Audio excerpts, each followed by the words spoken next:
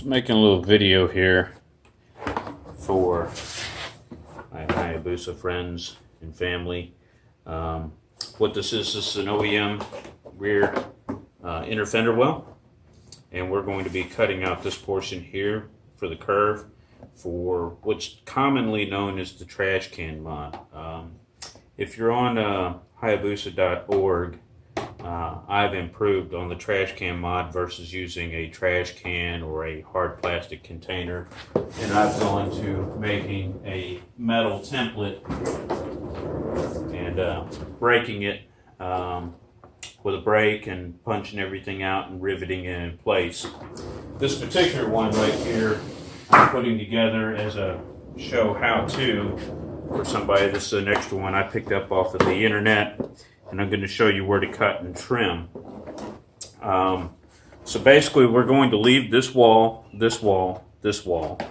This is going to go away. We're going to cut along here, along this curve all the way around, and everything in the center is going to drop out. A good razor knife, new blades, you should only take 1 or 2 blades, but basically you'll stab in here, and we're going to cut everything out. So what I like to do is I like to start on the sides, and it's relatively easy.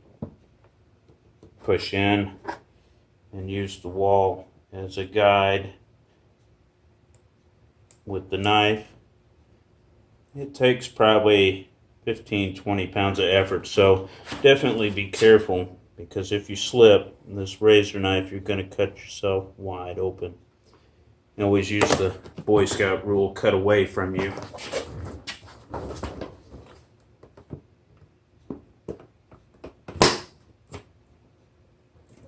Now, you don't have to really get it perfect on the initial cutout, because you can come back and trim and adjust it. So you can see that we've got it open there.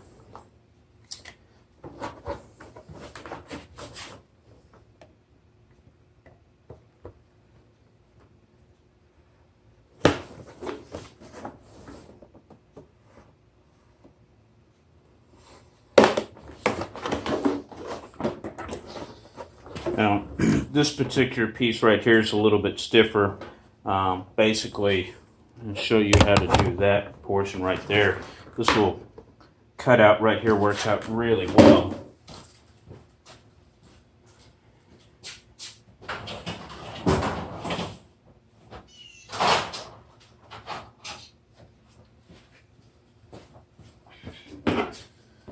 Just a hacksaw blade all by itself works out really good for that part. Just use this as your guide in there. It doesn't take a lot of pressure.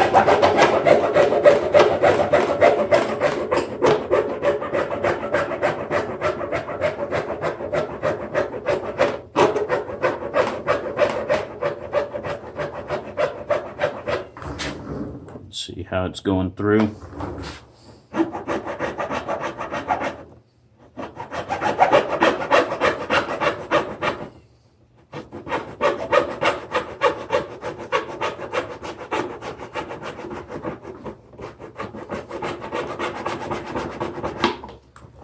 Voila.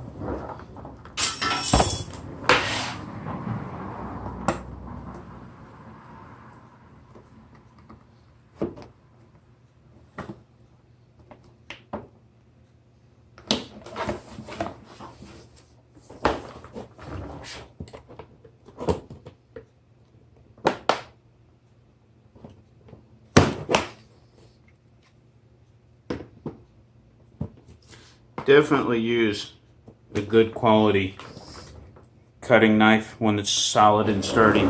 Don't try using something like this that you would use as a box cutter. This has got a lot of different play. It's really not as good as a fixed blade one.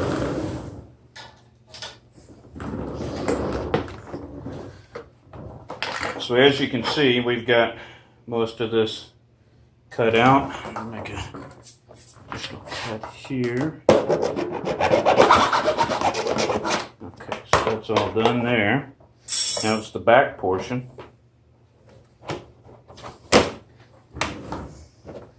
Now this is pretty much by feel. I'll watch the blade. I'll come around and start my curve.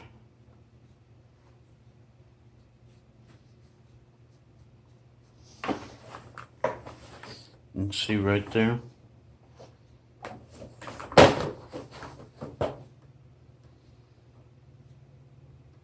I'm keeping my elbow up against my main body, so if I slip, I'm not going to come all the way back like this. I'm just using my wrist.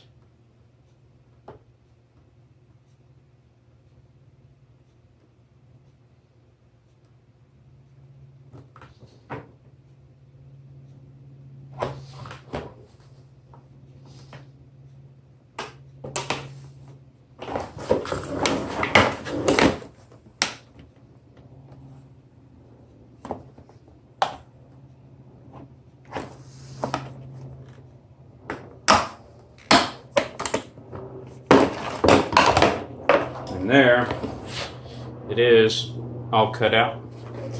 You can see a little bit of lip right here. You can trim that out after your metal piece is made.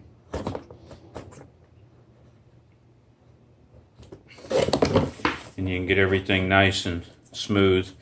And the new panel will rivet in on the sides and will be bolted in the back by the 4 bolts.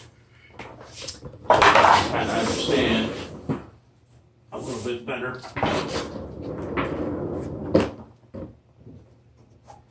You can pretty much see what we have going on here. So this will break forward, side, side. This is your back bolt pattern.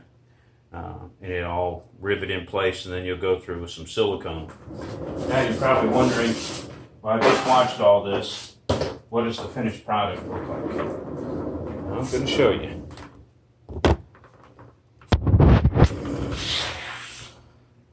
There is my bike.